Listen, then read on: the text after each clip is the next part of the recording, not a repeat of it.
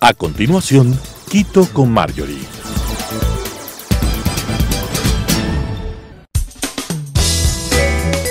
Clasificación A. Apto para todo público.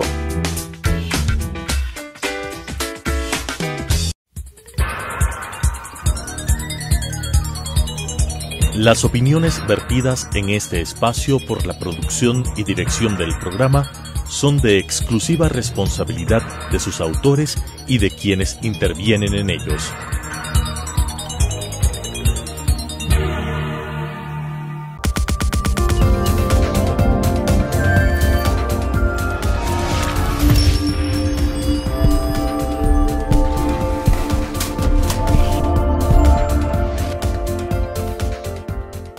Amigas y amigos, bienvenidos a este nuevo espacio de Quito con Marjorie. El día de hoy me acompaña Daniela Álvarez. Daniela es fundadora de la iniciativa Nuna Lifestyle.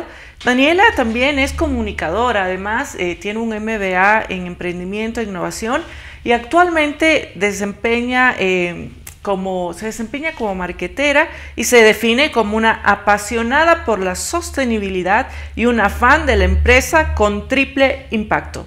Cree además en el poder de los ciudadanos como agentes de cambio. Muchas gracias, Daniela, por acompañarme. No, gracias a ti por la invitación, María. Qué linda presentación, mira, con esas pocas líneas tenemos mucho para hablar. Cuéntame un poquito cómo nace la iniciativa Nuna Lifestyle. Bueno, Nuna Lifestyle nace en realidad como una iniciativa personal en un momento en el que yo no estaba viviendo en la ciudad de Quito, estaba viviendo en la Ciudad de México y coincidió con que hubo una crisis, un contingente ambiental en la Ciudad de México en el año en el que yo vivía ya año y medio por estudios. Y en realidad fue evidenciar de primera mano lo que es poner en riesgo tu calidad de vida por temas ambientales. Entonces, por darte un ejemplo, los niños no podían tener su recreo al aire libre, hacer ejercicio a ciertas horas estaba restringido. Entonces, en ese momento, para mí fue como una alerta, un llamado de alerta de qué está pasando. Una vez se da por sentado en muchas cosas, en términos de calidad de vida, en temas ambientales. Eso, y de ahí pude también en ese mismo año viajar a la India a hacer un curso sobre modelos de negocios sostenibles en economías emergentes, y para mí este fue un tema de la manera en la que tenemos que reinventar el mundo en el que vivimos. Tiene que ser otra cosa, y creé Nuna como un espacio personal, un blog inicialmente, en el que contábamos y visibilizábamos iniciativas con impacto social y ambiental. Pero con el tiempo esto fue evolucionando y hoy en día Nuna es una plataforma colaborativa educativa donde todavía el blog y la parte informativa se mantiene, pero damos talleres para que los ciudadanos puedan tomar acción frente a un estilo de vida más consciente, más saludable, más sostenible. Tu equipo está conformado por 16 mujeres con distintas formaciones. Cuéntame un poquito por qué mujeres y por qué estas diferentes formaciones.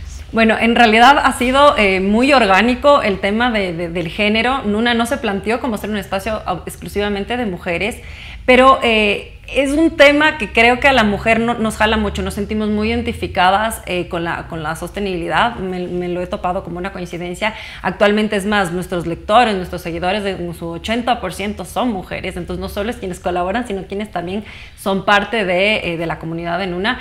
Y los perfiles son diversos porque lo bonito ha sido que estas inquietudes no se salieron del ámbito tal vez del profesional que por un tema de estudios, de formación, de trabajo, trabaja en temas con impacto social o ambiental, sino es de este tema del ciudadano que le estamos despertando el interés por estos temas. Entonces, así empezamos a sumar a abogadas en este caso, a mujeres que realmente, en mi caso, yo no tengo una formación, en el camino me he ido formando en temas de sostenibilidad, pero mi formación de base no era la sostenibilidad. Entonces, tenemos gente con emprendimientos propios, tenemos de ingenieras, bueno, hay una diversidad de perfiles, pero el tema de género creo que se volvió mucho como una bandera porque hay como este tema no sé si es del instinto femenino de cómo proteger la vida, ¿no? No sé, ha sido algo muy bonito en el camino y nada, este tema jala mucho a las mujeres, pero necesitamos de hombres y mujeres para esto, no es un espacio exclusivo solo de mujeres, también tenemos hombres que nos siguen, pero sí, se ha construido como un espacio de mujeres y abierto, pero a que más hombres o mujeres se puedan seguir sumando a colaborar. ¿Cómo esta iniciativa ayuda a que sea sostenible, iniciativas del día a día en los ciudadanos? Nuna en realidad lo que nos propone es, como yo te comentaba, el tema de tomar acción a través de nuestros talleres que, bueno, empezaron siendo presenciales en 2019 a finales y ahora la pandemia, como a todos, nos ha hecho reinventarnos y mudarnos a este mundo digital. Pero es generar ya hábitos y cambios en tu estilo de vida. Nosotros en realidad en esta evolución, si bien el espacio empezó como un despertar muy ambiental, muy social, en realidad en este camino nos hemos dado cuenta que este estilo de vida en realidad tiene que ser adoptado desde un cuidado del ser. Que el momento en el que la persona se conecta con sí misma, se reconecta con la naturaleza, toma otro significado. A veces los que estamos viviendo en la ciudad vivimos tan en otro ritmo que estamos bastante alejados de este tipo de problemas hasta que nos pasan cosas como lo que estamos viviendo ahorita, que son llamados de alerta de a ver, ¿cómo lo estoy haciendo? ¿Qué estoy haciendo? Entonces, al final lo que hace Nuna es proponerte, bueno, desde tu rol como ciudadano, cómo en tus hábitos de estilo de vida puedes empezar a hacer cambios, que al final, eso por un lado, pero siempre cada vez se vuelve más incluso un tema de, bueno, el siguiente paso es cómo desde ser un poco como que estos veedores o un poco alertas de qué está pasando en política pública.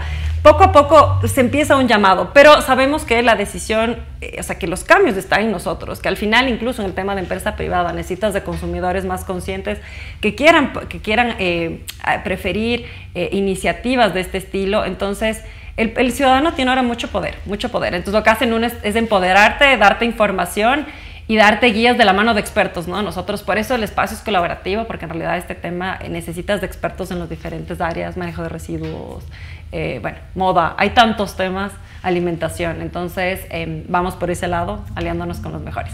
¿Qué es lo más importante? ¿Cambiar los hábitos de consumo o reducir el consumo? Debe ser reducción, o sea, debe ser, yo digo un poco los dos, Marjorie, pero en el tema de la reducción creo que es la clave. La realidad es que el mundo en el que vivimos hoy no aguanta para el nivel de consumo que tenemos, sin importar si nuestro consumo es más o menos responsable. Hay una seria crítica y hay estudios, o sea, esto no es un tema de evidencia, que el volumen en el que consumimos y el estilo de vida que tenemos es demasiado por la cantidad también de población que somos. Es mucha gente, el planeta va a seguir teniendo más personas y es el mismo planeta y son los mismos recursos, cada vez con una capacidad más limitada de regenerarse. Entonces la reducción es básica. Ahora, el consumo, pero es, bueno, pero ¿qué tipo de consumo voy a tener? Porque vivimos en una sociedad con un nivel de consumo. Creo que el pretender que no va a haber un consumo y vivir un cero residuos es un poco utópica. Y hay tendencias, hay gente que está levantando mucho el tema de algo más cero residuos, súper respetable, y hay gente que es un ejemplo a seguir en esos aspectos y nosotros en Nuna aplaudimos muchísimo, pero la idea es masificar esto. Entonces, si queremos masificarlo, hay que reconocer que va a existir consumo, pero sí hay que educarnos en el tipo de consumo, pero empezando por una reducción. O sea, las reglas básicas del reciclaje que nos enseñaban reducir, hay que empezar las 3 R's. Las 3 R's. Eso no ha cambiado y es parte de los principios que hay que adoptar. Enhorabuena. Hablaste de política pública. ¿Cuál es su análisis respecto a la política pública que influye en estos temas? Es decir, sabemos que es más fácil intervenir sobre la demanda, no sobre las ofertas, para conseguir resultados. ¿Cuál es tu balance respecto a las políticas públicas que existen en este sentido? En realidad, bueno, nosotros en Nuna como tal no entramos tanto en ese tema, siempre somos más al tema de la acción ciudadana, pero sí somos claros de que como ciudadanos tenemos que estar conscientes también de, bueno, el momento de buscar una representación política con un voto, que al final, así como cada vez que compramos algo, nosotros decimos cuando compras es un voto, votar obviamente ya en un acto político es importantísimo esos temas. Entonces, lo primero es saber, o lo primero que nosotros hemos como levantado la voz en este aspecto, las veces que hemos topado que en realidad esto no es del core de Nuna, ha sido en que quien nos represente políticamente por lo menos tenga estos temas en su agenda. O sea, que en realidad tenga una postura, que quiera hacer cosas, que esto no sea un tema secundario, porque los temas de sostenibilidad ya no son yo digo, como algo, no es algo como que tal vez debes tenerlo, creo que se ha vuelto en algo como trascendental, o sea, es una manera, no es un nice to have, como dirían en inglés, sino algo trascendental que es parte de un estilo, una calidad de vida para todos. Entonces, por ese lado, para nosotros ha sido este tema de, bueno, seamos también alertas de nuestros representantes políticos en estos temas localmente lo tienen ni siquiera en el radar o no. Y creo que ahí hay todavía una deuda muy grande. O sea, creo que todavía no es un tema que esté en el top de nuestras discusiones. Eso es una realidad. Pero la política pública les podría ayudar mucho a generar conciencia respecto a lo que consumimos. Totalmente. Hay varias iniciativas que desde la política pública se han realizado en función de consumir no solo producto local, sino lo necesario. Es decir, es una herramienta que sería muy útil también para su trabajo. Absoluto. Una pregunta adicional. Hablaste de este no es nuestro core. ¿Cuál es el core de su negocio o de su iniciativa? No sé si es un negocio. ¿Y cuál es su modelo de gestión? Actualmente, bueno, te decía, no es el core el tema de mover política pública porque no estamos, digamos, en mesas de trabajo involucrados como Nuna para mover la agenda. Actualmente no. ¿Quién quita si eso vaya a pasar más adelante? Sí nos han invitado, sin embargo, y topo el punto, que estábamos en elecciones hace poco, sí a tener conversaciones de cuál era nuestro punto de vista, y creo que eso es muy positivo. O sea, independientemente al rol o no que nosotros tengamos en esta agenda, creo que el que se abran espacios con la gente más joven es una maravilla. O sea, en una... el promedio, las mujeres que escribimos ahí, que estamos en tema de talleres y tal, hablamos de mujeres de 35 años hacia abajo, entonces es un segmento joven. Entonces, ese espacio es súper valioso. Ahora, te decía que no es el core porque no vivimos de hacer política pública o de hacer lobbying. Pero sí, ¿cuál es entonces, su core? el core es, ahorita en el modelo de negocio nuestro, es el tema de educación. Educar al ciudadano en temas de cómo tener una vida más sostenible, pero, o sea, más saludable y sostenible porque van de la mano. Entonces, el tema de la capacitación a través de programas de educación en línea es lo que ahorita nos estamos dedicando, y de alguna manera orgánica también se ha empezado a abrir la puerta para también acercarse, por ejemplo, a empresas con temas de asesoría en emprendimientos que quieren también meter este tipo de valores en su modelo de negocio, por ejemplo, y que claro, nosotros de alguna manera hemos trabajado de la mano con muchos ciudadanos que son al final los consumidores de estas posibles iniciativas. Entonces, para las nuevas empresas, nuevos emprendimientos, o también para los que ya están un poco más consolidados, el saber meter estos temas de una manera adecuada es un reto. Y de alguna manera también hemos empezado a tener ya acercamientos para explorar esa parte en el mediano plazo, pero en el corto plazo es plataforma educativa, tú consumes nuestros programas en línea, pues ya te capacitar, conectarte, y bueno, el consumo de nuestra información en el blog como medio de comunicación también. ¿Los programas en línea son autodirigidos o son estructurados? Son en ese momento autodirigidos, tenemos, son sesiones como más íntimas. En realidad aquí hay mucho retroalimentación uno a uno con el tallerista y con las personas que están involucradas, porque este es un camino que no es ciencia exacta. El estilo de vida de cada persona es muy particular, no es lo mismo que tú quieres adoptar un estilo de vida más consciente si vives en una familia, si vives solo, si vives en familia, si vives con tus papás, si solo tú vives esto. Hay mucho cuestionamiento, y hay cuestionamientos en diferentes aspectos. La alimentación, o sea, si uno mapea el día a día de una persona desde que te levantas y tomas tus decisiones de alimentarte, de cómo vestirte, de cómo manejar tus residuos, hay muchas aristas. Entonces, de alguna manera, en esta etapa actual estamos trabajando con capacitaciones y talleres teórico-prácticos. Siempre buscamos que haya práctica, porque es que esto es manos en la masa. Sí, o sea, hay que empoderarse y apropiarse de las cosas de nuestra casa, o sea, y de nuestro estilo de vida, de nuestras decisiones. Entonces, la teoría suena muy bien y nos puede hasta impactar con los datos y levantar conciencia, y está muy bien, pero necesitamos que la gente tome práctica. O sea, ahorita lo manejamos de esa manera, y tenemos también encuentros no pagados donde ya son más foros de discusión, donde se suman profesionales que están también queriendo mover esta agenda en sus distintas aristas. Por ejemplo, tuvimos un encuentro de moda hace poco online, donde teníamos gente que trabaja en moda. O sea, tenemos por un lado el usuario que quiere entender cómo ser más consciente, que si compro local, que si compro de afuera, cuál es el impacto, y la gente que trabaja en la industria que te decía, estos son mis retos. Pero son industrias que hemos incorporado toda la vida en nuestros hábitos, y que muchas veces no nos ponemos a pensar el perjuicio que pueden causar también al medio ambiente. Por ejemplo, tú hablas de la moda. Sabemos que entre el 8 y el 10% de los gases de efecto invernadero a nivel mundial están generados por esta industria. Y pues uno no sabe que es parte o que alimenta una industria que genera tanto daño. También hablemos un poquito del petróleo. ¿Qué podemos decir respecto, bueno, cada vez son menos, pero por varias décadas, la mayoría de nuestros productos de uso de consumo tenían componentes hidrocarburíferos. Los derivados del petróleo están presentes en nuestra vida. El plástico que se ha vuelto, creo que ahora si vemos a nuestro alrededor. Todo, sí, de hecho acá, sí, la silla. A ver, hasta el maquillaje. Hasta el maquillaje. El plástico se creó porque, a ver, el problema no es el plástico como tal, el problema es el uso que le hemos dado, el uso y abuso que le hemos dado al plástico, porque como tal es un material maravilloso, de larga duración, resistente, liviano. Entonces, y esas son las propiedades que le han llevado a este material de origen de petróleo como un elemento clave en nuestras vidas.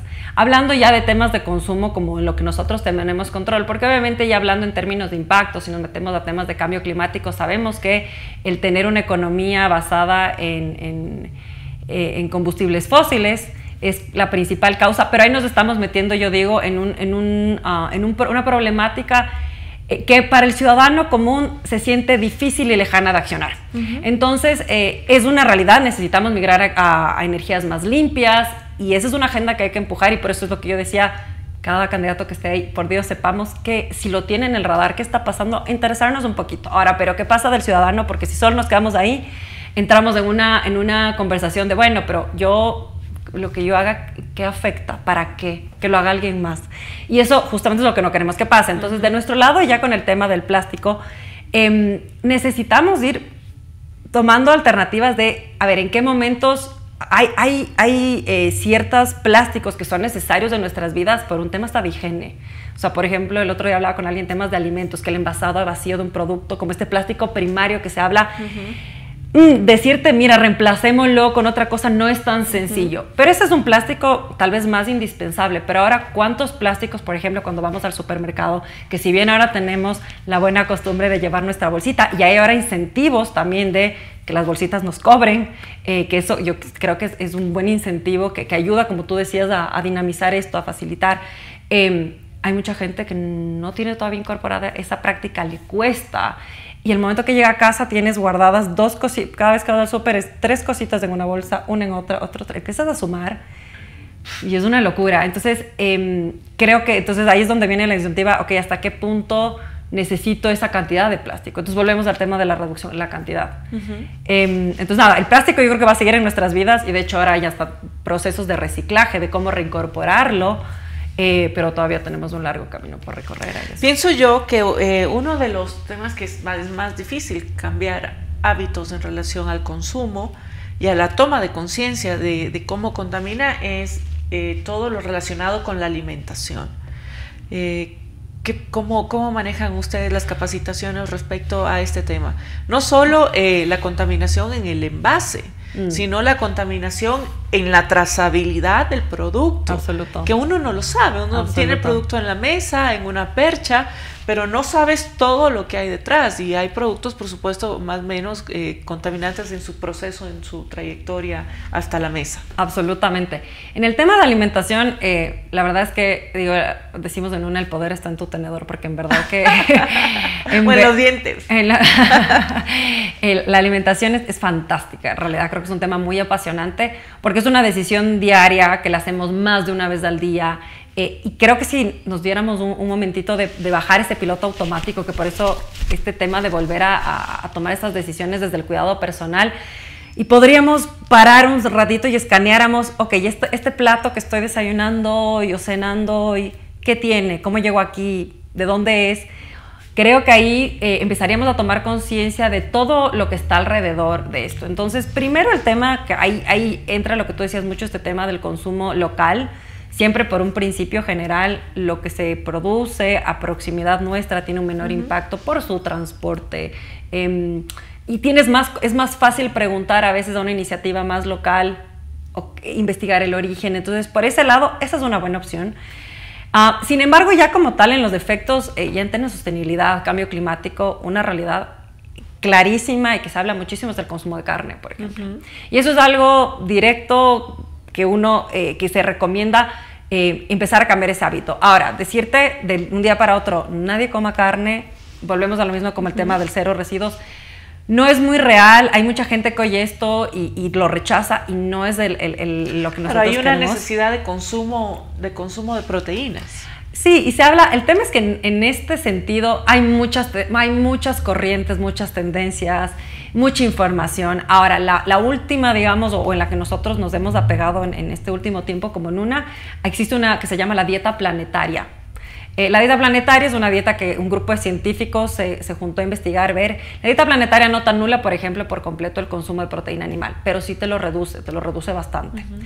Entonces, son esos cambios. Ahora, habrá gente, y nos pasó que el momento de nosotros decir, miren, hay esta alternativa, los veganos era como, no, pero el veganismo, y está bien y se respeta, y el que pueda adoptarlo con alternativas que además sean saludables para la persona, porque hay que tomar un veganismo, un vegetarianismo guiado. Creo que no, porque luego puedes tener hasta un tema nutricional, algún problema. Entonces sí es importante siempre la asesoría profesional en estos temas y es súper válido y se aplaude, pero volvemos a lo mismo. Necesitamos que este tipo de cambios de hábitos se adopten en mayor escala. Y ahí es cuando, si creo que tomamos puntos extremos, mucha gente dice, no, creo que eso no es para mí, y no es lo que necesitamos. Entonces, ¿Cómo hacen ustedes para generar conciencia de romper generar este punto de inflexión en que la ciudadanía no lo vea como algo elitista? Ese es un gran reto. De hecho, se ha hablado mucho y se asocia mucho que cuando hablas de un estilo de vida más consciente es un estilo de vida caro, es un estilo de vida que no muchos pueden adoptar, con muchas restricciones. Y la verdad es que hay mucho mito detrás de eso. Por ejemplo, volviendo al tema de la alimentación, mucha de esta alimentación, si volvemos, se basa en consumir frutas y verduras, ¿ya? Y ahí tenemos mucha suerte. En nuestro país, el consumo de fruta y verdura es de bajo costo. Entonces, si uno puede conseguir frutas y verduras de muy buena calidad a precios asequibles. Entonces, y hay proteínas vegetales muy buenas y muy de nuestra región, del chocho, el frejo, la lenteja, son maravillosas, no son de alto costo, y si tú empiezas la quinoa, si empiezas tú a cambiar una porción de carne, de tu carne de res de siempre, por ahí unos pastelitos de quinoa, es un cambio que hasta en temas económicos, porque la carne de res, por ejemplo, es costosa. No todos tampoco tienen acceso a comer carne de res todo el tiempo. Entonces, ahí es donde, por ejemplo, hay mitos que hay que romper y que son maneras de empezar a adoptar un consumo más responsable sin necesidad tal vez de sacrificar nuestro bolsillo. Y solo para cerrar este tema, creo que es importante pensar que adoptar ese estilo de vida no es que de un día para otro nos cambiemos a comprar todo producto ecoamigable que ahora sale en el mercado. No, lo más sostenible es lo que ya tenemos. Y entonces y ahí se empieza a romper este tema de no, pero es que todo producto ecoamigable es carísimo. Claro. Entonces hay que ir rompiendo eso y que lo que compremos sea algo con larga vida, ¿no? O sea, veamos productos de alta calidad para que a lo mejor la inversión inicial fue un poquito más alta, pero si esto me va a durar, como la ropa, años, que era ropa de buena calidad te puede durar años, compensa que tú te compres una camiseta de $5 o $10. Entonces, de acuerdo, me gustó mucho esa frase, amigo. Recordemos, lo que es más ecoamigable es lo que ya tenemos. De acuerdo. Vamos a recordar esa frase. ¿Cómo les ha ido con su proyecto? Muy bien, la verdad es que contentos. Hay que reconocer que estas iniciativas son todavía de un segmento pequeño de nuestra población, y eso sí, estamos conscientes de eso, pero yo digo muy bien en el sentido de que ha tenido una muy bonita acogida en este último tiempo, especialmente. De alguna manera, la pandemia, para bien o para mal, ha sido un despertar de muchos. Ha sido lindísimo ver este interés de la gente de cuestionarse de dónde vienen mis alimentos, ¿será que me cultivo aunque sean mis hierbas aromáticas para la cocina?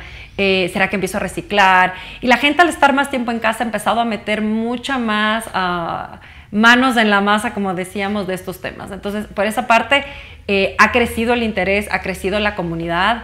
Y eso para nosotros es un medidor maravilloso. Y otra cosa que ha sido muy bonita incluso es ya generar alianzas. Por ejemplo, en nuestros talleres nosotros generamos una alianza con la fundación o el programa La Ribera. La Ribera trabaja con jóvenes y adolescentes que son madres. Y a ellas lo que hacemos es, con el pago de los talleres, de quienes pagan los talleres, las becamos, y de esta manera permitimos que este tipo de temas lleguen a otras conversaciones, a otras mesas, a mesas de mamás jóvenes que también están criando niños. Necesitamos que esos niños vengan con otras maneras de ver el mundo, y se ha vuelto muy bonito. Entonces esa ha sido como nuestra patita social, que hacen una labor maravillosa con mujeres de la ciudad de Quito, y bueno, y ahí vamos sumando a más personas. Muchas gracias, adoptar. Daniela. Estamos por terminar.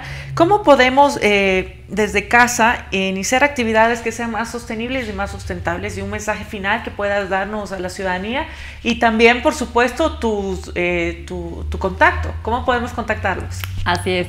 Bueno, decirles que en realidad ningún cambio es pequeño, hay que empezar por algo, pero empezar. Entonces, y yo digo, adopten una causa, empiecen con un cambio a la vez. Por ahí, y si el cambio es dejar de consumir el agua en botella plástica y siempre tener mi termito, bueno, háganse abanderados de eso. O si van a decidir reciclar, que se hagan abanderados del reciclaje en casa. Pero tal vez empiecen tomando un solo cambio a la vez, porque hay muchas cosas y hay que celebrar nuestros pasos poco a poco y ser amables con el proceso. Entonces, nada, invitarles a que empiecen, a que adopten estos cambios, a que no echen de menos el poder que tenemos como ciudadanos, que es enorme. Y que hay que empezar. Y cambiemos también nuestra vida. Y que cambiemos con eso nuestra vida. Y bueno, y las redes de Nuna, bueno, nos pueden seguir en nuestras redes sociales como @NunaLifestyle, o en nuestra página web, donde tienen el acceso a toda la información, y a nuestros talleres en www.nunalifestyle.com. Muchísimas gracias, Daniela. Realmente interesante y motivador el trabajo que realizan. Y amigos, yo estoy absolutamente segura de que este programa ha sido de su interés. Van a ingresar a ver la iniciativa de Daniela, y con estas 16 mujeres también que han comenzado este proyecto. Y recordemos lo que nos acaba de decir, realmente abanderémonos de una causa, empecemos a dar el primer pasito. Decía un filósofo japonés, Nichiren Daishonin, que el primer paso en realidad es el 90% de un objetivo. Así que está en nuestras manos mejorar nuestra vida de manera sostenible y pensando en nuestro entorno. Un fuerte abrazo, soy Marjorie Chávez y nos vemos la próxima semana. Las opiniones vertidas en este espacio por la producción y dirección del programa son de exclusiva responsabilidad de sus autores y de quienes intervienen en ellos.